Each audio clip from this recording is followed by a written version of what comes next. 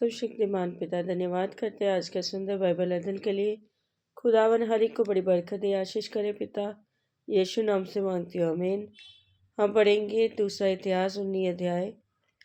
यहोशापात को नबी की फटकार। यहूदा का राजा यहोशापात यरूशलेम को अपने भवन में कुशल से लौट गया। तब हनानी नामक दर्शी का पुत्र येहू यहोशापात राजा से भेंट करने को निकला और उससे कहने लगा, क्या दुष्टों की सहायता करनी और यहोवा के बैरियों से प्रेम रखना चाहिए? इस काम के कारण यहोवा की ओर से तुझ पर क्रोध भड़का है, तो भी तुझ में कुछ अच्छी बातें पाई जाती हैं। तूने तो देश में से अशेरों को नष्ट किया और अपने मन को परमेश्वर की खोज में लगाया है।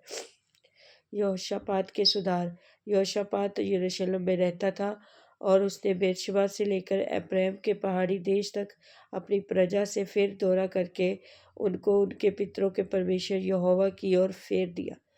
फिर उसने यहूदा के एक एक गढ़ वाले नगर को न्यायी ठहराया और उसने न्यायियों से कहा, सोचो कि क्या करते हो, क्योंकि तुम जो न्याय करोगे वह मनुष्य के लिए नहीं, यहोवा के लिए करोगे, और ये न्याय करते समय तुम्हारे साथ रहेगा।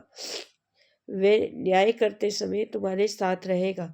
अब यहोवा का भय तुम में बना रहे, चौकसी से काम करना, क्योंकि हमारे परमेश्वर यहोवा में कुछ भी कुटिलता नहीं है और ना वह किसी का पक्ष करता और ना घूस लेता है।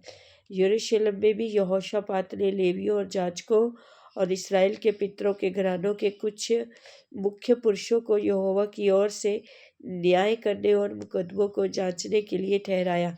उनका न्याय आसन यरूशलेम में था। उसने उनको आज्ञा दी, यहोवा का भय मानकर सच्चाई और निष्कपट मन से ऐसा करना। तुम्हारे भाई जो अपने अपने नगर में रहते हैं, उनमें से जिसका कोई मुकदमा तुम्हारे सामने आए, चाहे वह खून का हो, चाहे व्यवस्था का, चाहे किसी आज्ञा का या विधि का या नियम के विषय हो, उनको चिता देना कि यहोवा के विषय दोषी ना हो। ऐसा ना हो कि तुम पर और तुम्हारे भाइयों पर उसका क्रोध भड़के। ऐसा करो तो तुम दोषी ना ठहरोगे। और देखो, यहोवा के विषय के सब मुकदमों में तो अमरिया महायाजक और राजा के विषय के सब मुकदमों में यहूदा घराने का प्रधान इश्माएल का पुत्र जब्दा तुम्हारे ऊपर अधिकारी है, और लेवीय तुम्हारे सामने सरदारों का काम करेंगे।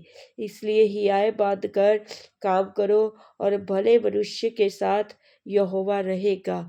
इस वचन के द्वारा प्रभु ब्लेस करेंगे। आमीन। सबको जय मसीह।